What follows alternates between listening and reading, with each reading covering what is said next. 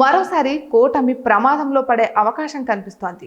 ప్రధానంగా కూటమి పార్టీల మధ్య అగాధం ప్రారంభమైంది. కొద్ది రోజుల క్రిందట పిఠాపురంలో జనసేన ప్లీనరీ జరిగింది. ఆ ప్లీనరీ వేదికగా జనసేన ఎమ్మెల్సీగా ఎన్నికైన మెగా బ్రదర్ నాగబాబు ప్రసంగం వివాదంగా మారింది. పిఠాపురంలో పవన్ గెలుపునకు రెండే కారణాలని, ఒకటి పవన్, రెండోది పిఠాపురం ప్రజలని. కానీ పవన్ గెలుపులో తమ కృషి ఉంది అని ఎవరైనా అనుకుంటే అది పొరపాటేనని, అది వారి కర్మ అని కూడా ఘాటు వ్యాఖ్యలు చేశారు నాగబాబు. ఇక దీనిపై టీడీపీ శ్రేణులు మండిపడుతున్నాయి. ఈ కామెంట్స్ టీడీపీ మాజీ ఎమ్మెల్యే వర్మను ఉద్దేశించానని ఎక్కువ మంది అనుమానిస్తున్నారు.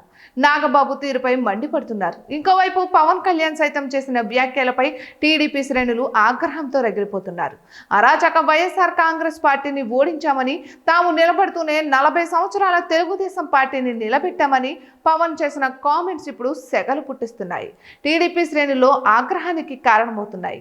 ఇక ఇప్పటి వరకు పవన్ విషయంలో టీడీపీ శ్రేణులు గౌరవ భావంతో మిగిలాయి. కానీ పవన్ కళ్యాణ్ టీడీపీని ఉద్దేశించి చేసిన కామెంట్స్ తర్వాత పార్టీ శ్రేణుల అభిప్రాయం మారుతోంది. ఈ ఎన్నికల్లో టీడీపీ కూటమి గెలవడానికి చంద్రబాబు, లోకేష్ పాదయాత్ర, టీడీపీ శ్రేణుల పోరాటం, జగన్మోహన్ రెడ్డి అరాచకవాదం కారణాలుగా చెప్పి ఓ టీడీపీ అభిమాని సోషల్ మీడియాలో పోస్ట్ చేశారు.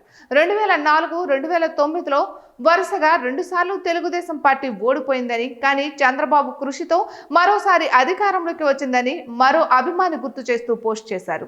అసలు పవన్ కళ్యాణ్ అవసరం లేదని, జూనియర్ ఎన్టీఆర్ వస్తే ఈ పొత్తులు కూడా అవసరమే లేదని మరో అభిమాని వ్యాఖ్యానిస్తూ సోషల్ మీడియాలో పోస్ట్ పెట్టారు. రాజకీయంగా ఇచ్చిపుచ్చుకునే ధోరణి ఉండాలి తప్ప ఇలా స్వార్థంగా మాట్లాడితే మాత్రం పవన్ కళ్యాణ్ కు ఇబ్బందులు తప్పవని మరో అభిమాని హెచ్చరిస్తూ సోషల్ మీడియాలో పోస్ట్ చేశారు. అయితే అదే సమయంలో చంద్రబాబుతో పాటు పవన్ సఖ్యతగా ఉన్నారని, క్రింద ఈ చిల్లర నాయకులే ఇటువంటి కామెంట్స్ చేస్తారని మరికొందరు అభిప్రాయపడుతున్నారు.